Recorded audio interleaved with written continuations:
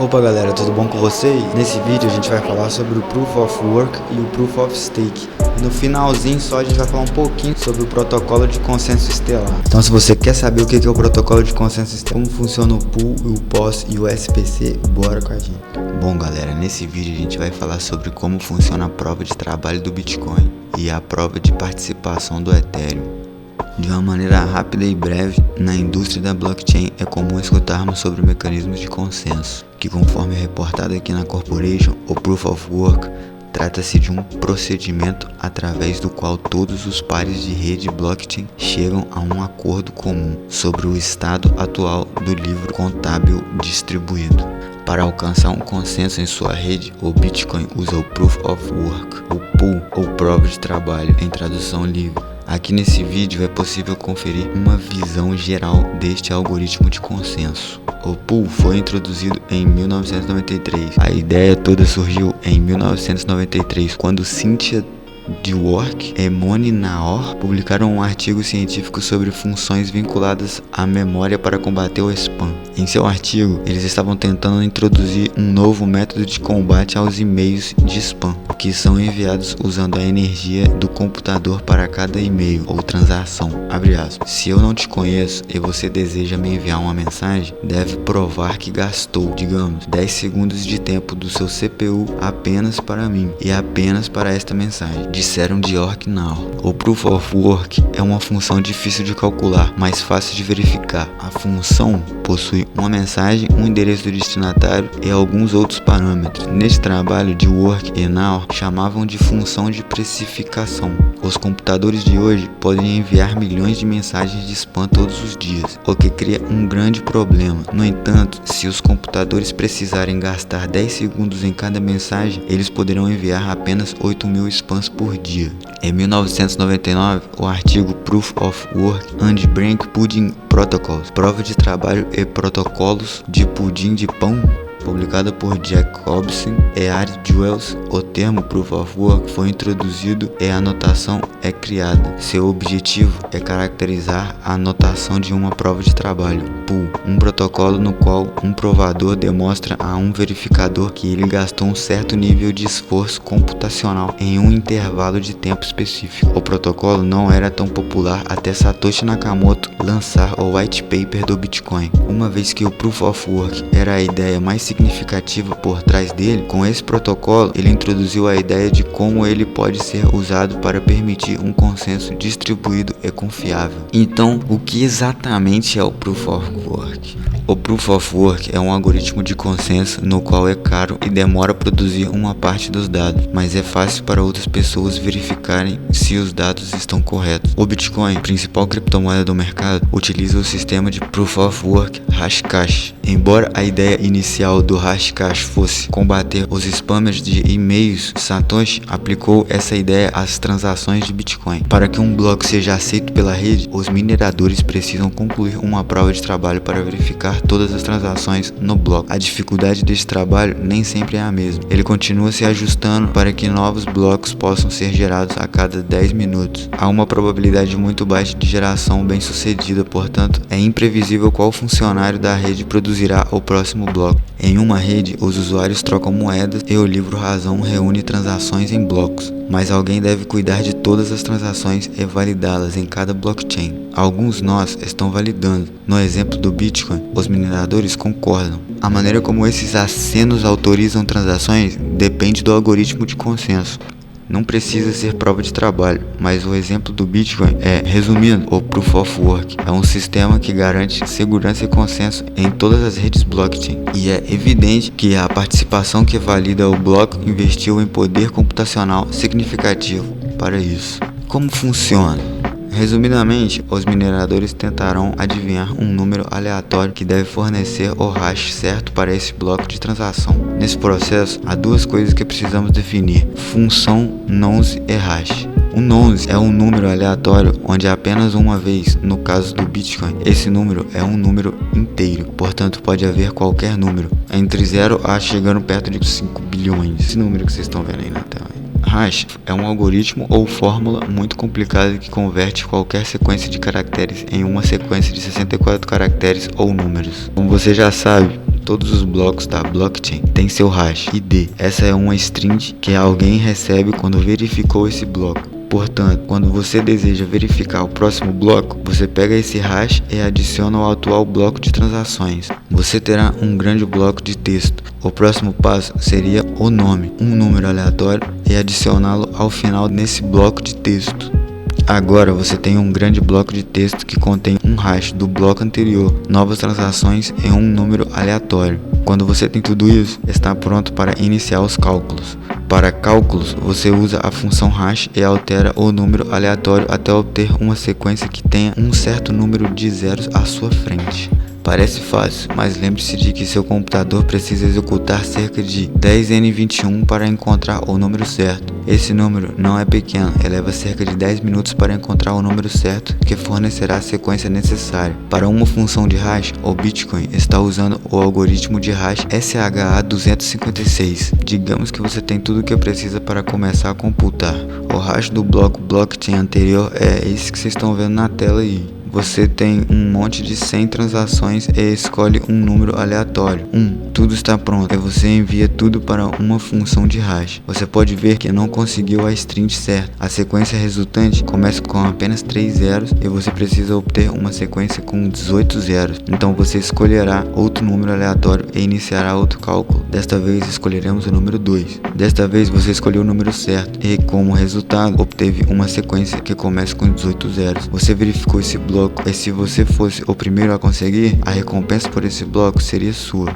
Uma máquina ou computador deve continuar incrementando o nonce até encontrar o caminho certo. Isso significa que um computador precisa fazer força bruta nesse número e gerar milhões de hashes por segundo para gerar aquele que terá o mesmo número de zeros iniciais conforme definido. É caro e demorado executar pool para um bloco, mas é fácil para alguém verificar se o bloco está correto. Digamos que alguém queira verificar se o nó A fez o trabalho necessário. Ele simplesmente usará a sequência de blocos que o nó A obteve após a validação e obterá seu número diferente. Neles, ele aplicará a função hash e se o resultado tiver o número correto de zeros à esquerda, está tudo bem.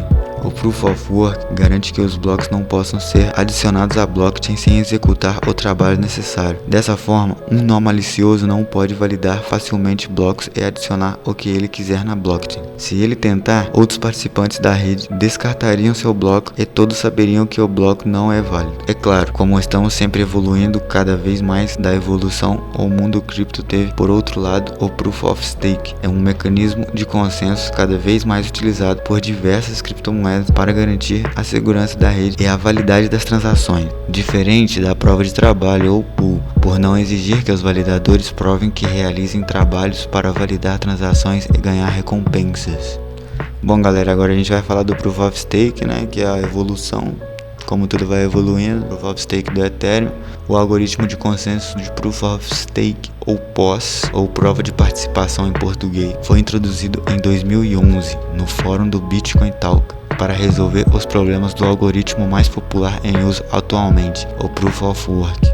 Embora ambos compartilhem o mesmo objetivo de alcançar consensos na blockchain, o processo para atingir este objetivo é um tanto quanto diferente. Como funciona o Proof of Stake? O algoritmo de Proof of Stake usa um processo de eleição pseudo-aleatória para selecionar um nó ou node para ser o validador do próximo bloco. Com base em uma combinação de fatores que podem incluir a idade da participação, a randomização é a riqueza do nó. É bom observar que, nos sistemas de prova de participação, os blocos são construídos e não minerados. As criptomoedas que usam o Proof of Stake geralmente começam vendendo moedas pré-extraídas ou são iniciadas com o algoritmo de Proof of Work e depois passam para o Proof of Stake. Nos sistemas baseados em Proof of Work, mais e mais criptomoedas são criadas como recompensas para os mineradores. Já no sistema de Proof of Stake, geralmente usam-se taxas de transações como recompensa. Os usuários que desejam participar do processo de construção de blocos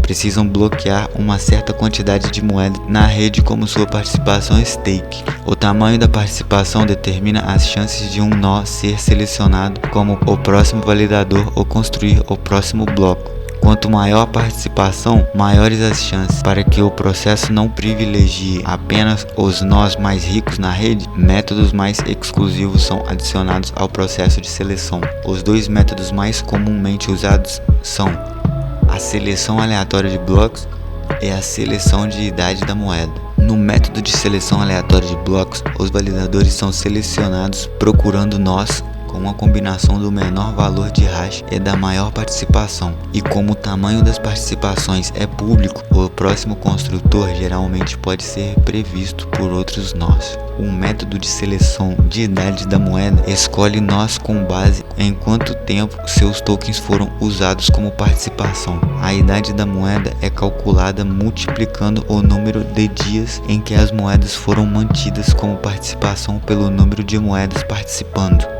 Depois que um nó constrói um bloco, sua idade da moeda é redefinida para 0 e eles devem esperar um certo período de tempo para poderem construir outro bloco. Isso impede que grandes nós de participação dominem a blockchain. Cada criptomoeda, usando o algoritmo de Proof of Stake, possui seu próprio conjunto de regras e métodos combinados para o que eles acham que é a melhor combinação possível para ela e seus usuários. Quando um nó é escolhido para construir o próximo bloco, ele verifica se as transações no bloco são válidas, assina o bloco e o adiciona à blockchain. Como recompensa, o nó recebe as taxas de transação associadas às transações no bloco. Se um nó quiser deixar de ser um construtor de blocos, sua participação e as recompensas obtidas serão liberadas após um certo período de tempo, dando à rede um tempo para verificar se não há blocos fraudulentos adicionados à blockchain pelo nó.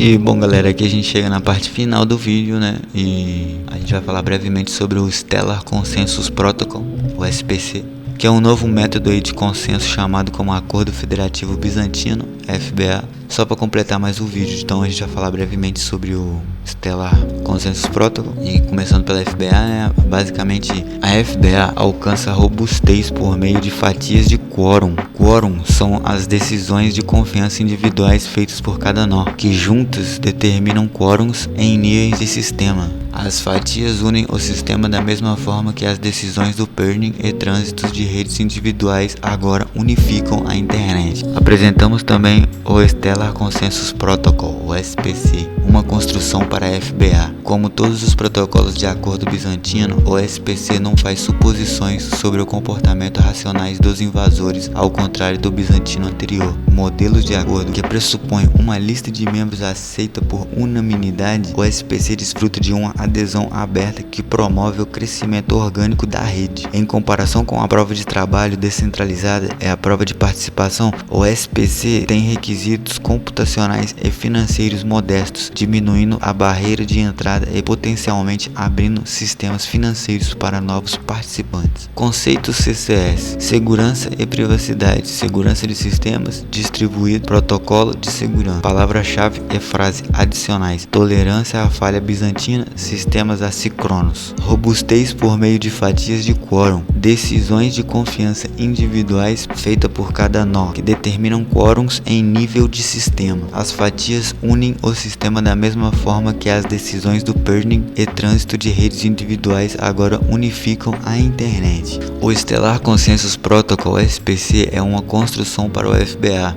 Como todos os protocolos de acordo bizantino, o SPC não faz suposições sobre o comportamento racional dos invasores. Ao contrário do bizantino anterior, modelos de acordo que pressupõem uma lista de membros aceita por unanimidade, o SPC desfruta de uma adesão aberta que promove o crescimento orgânico da rede. Em comparação com a prova de trabalho descentralizada e a prova de participação, o SPC tem requisitos computacionais e financeiros modestos, diminuindo a barreira de entrada e potencialmente abrindo sistemas financeiros para novos participantes. O Stellar Consensus Protocol foi lançado em junho de 2014 por JMC Caleb e Joyce King, prometendo ser a ponte que ligará os mundos monetários virtuais e tradicionais. A rede descentralizada consiste em pares que podem ser executados independentemente um dos outros. O poder de transmitir a informação é distribuída entre uma rede de servidores, em vez de ser conduzido a partir de uma fonte primária. Isso significa que a rede Stellar estelar. Não depende de qualquer entidade única. A ideia é ter o maior número possível de servidores independentes para participar da rede estelar, de modo que a rede ainda será executada com êxito mesmo que alguns servidores falhem. Em abril de 2015, o Stellar Development Foundation, a organização que supervisiona o desenvolvimento da rede Stellar, lançou o código e o white paper do novo algoritmo. No white paper, David Mazieres introduziu um novo modelo para consenso, chamado de Acordo Bizantino Federado. É apresentado o Stellar Consensus Protocol, que é construído para o FBA. Assim como o Acordo Bizantino Não Federado, Non-Federate Byzantine Agreement, o FBA aborda o problema de atualização replicada de Estado, nesse caso em um livro razão. Ao concordar sobre quais atualizações aplicar, os nós evitam estados contraditórios irreconciliáveis. Cada atualização é identificada como um slot e o protocolo de consenso assegura que todos os nós concordam com o conteúdo do slot. Quando os nós decidem que é seguro aplicar uma atualização, eles exteriorizam a declaração acordada para a sua réplica do livro razão. O consenso só é alcançado quando todos os nós atualizam seus livros e exteriorizam o mesmo valor. Porém, há problemas para garantir um consenso quando nós atuam arbitrariamente, comportamento chamado de falha bizantina Byzantine Fature, para tolerar nós que mentem ou enviam mensagens incorretas, e é imposto um grande desafio para se encontrar o consenso quando nós maliciosos juntam-se à rede e acabam tendo maior quantidade que os nós honestos. Para solucionar esses problemas, o Stellar Consensus Protocol foi projetado para que o sistema encontre um acordo sem que haja necessidade de um consenso unânime entre todos os nós. Um sistema distribuído, o quórum, é um conjunto de nós suficiente para chegar a um acordo. O Acordo Bizantino Federado introduz o conceito de uma fatia de quórum, o subconjunto de quórum que pode convencer um nó particular sobre o acordo. Existem várias diferenças importantes entre acordo bizantino não federado tradicional e acordo bizantino federado. Bom galera, por hoje é isso. Não vamos nos aprofundar muito no protocolo de consenso estelar, porque ainda não sabemos muito sobre ele, e vamos fazer um vídeo só para o protocolo de consenso estelar. Então é isso aí, vai deixando o like aí, se inscreve aí na Corporation, valeu. Então galera, por hoje é isso. Depois a gente vai fazer um vídeo somente pro protocolo estelar. Então se inscreve na Corporation para mais conteúdo e vamos que vamos.